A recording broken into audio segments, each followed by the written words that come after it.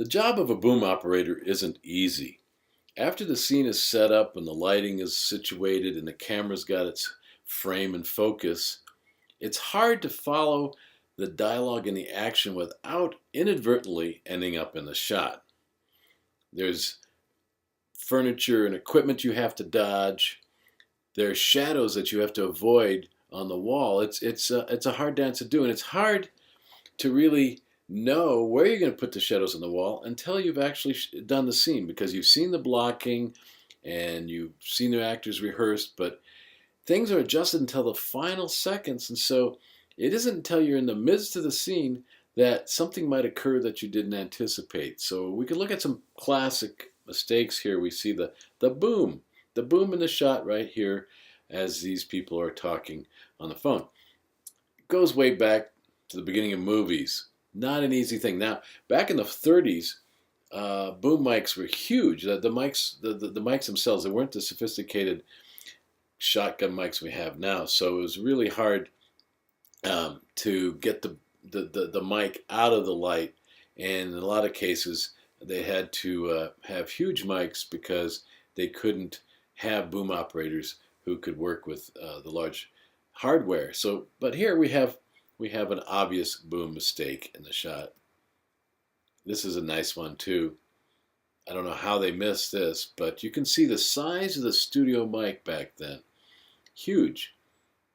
And again, because they didn't have the sophisticated technology of the mics we have nowadays, they had to be large, and you can see how difficult it would be to keep that out of the shot. As time moved on, though, you can see we have a shotgun mic here. However, they're still having a little difficulty keeping it out of the shot so that Elliot Gould looks like he's about ready to be beamed with the shotgun. Here on the Andy Griffith Show, we see the boom mic reflection in the windshield. Another mistake, obviously, here in Everybody Loves Raymond. How do you like this? They want to get the sound of the twins, and they probably needed to move in closely because the twins might have not have been as vociferous as they needed them. So they probably pushed to get that boom mic in, and they pushed a little too far. Here on the Larry Sanders Show, maybe this gentleman who's reluctant to get in the recliner and face off with Larry was soft, and so they pushed to the boom mic again and got in the frame. This shot's interesting if you can see it. On the left side in the mirror, you see the boom operator actually reflected. I think when you're on set, and if the reflection can see you, then you better get out of the area. Here in Buffy the Vampire Slayer, here's a nice fat boom mic in the shot, right there on the porch. With your lower budget movies, you tend to have more of these mistakes because they don't have time to get the scene re-recorded. They don't have enough takes because they don't have enough film. They don't have enough money. It all ends up contributing to more continuity mistakes. Here we have the invasion of the dinosaurs. We can see a nice snaking shot of the boom mic in the side window of the car. Here we can see it in the back wall, kind of looming over this person's neck. Here's a nice, in the brain of Morbius, we have a wonderful shadow on this person's coat. They probably left it in because they figure, nobody in the audience really recognizes it, even though the shadow moves like the boom mic moves. Again, you can see low-budget sci-fi. They probably didn't have enough time to reshoot, but there it is in the corner. Not only the boom shadow, but the boom mic itself. Here, another encroachment of the boom mic in the upper right corner. Nice boom shadow there. And still, I think people could be a little too picky worrying about something like this. I think if you're in an audience watching a B movie, who knows what state we're in watching it, but we certainly wouldn't worry about that smudge on the wall.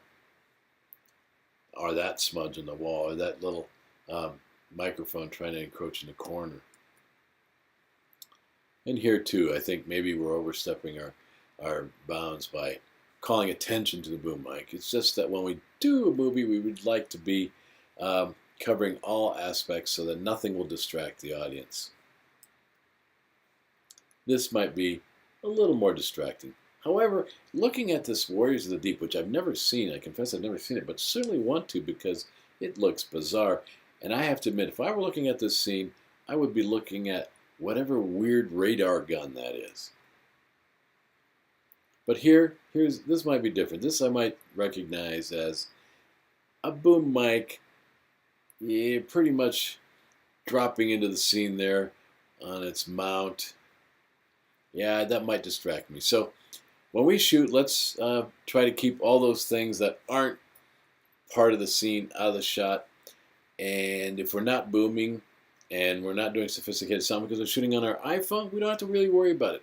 And I do want to say, since we are shooting our scenes on a smartphone or an iPhone, to get sound, since these instruments are amazing at what good sound they can get. To get the sound is fun because we can re-record so many different times to get what kind of atmospheric or special effects we want.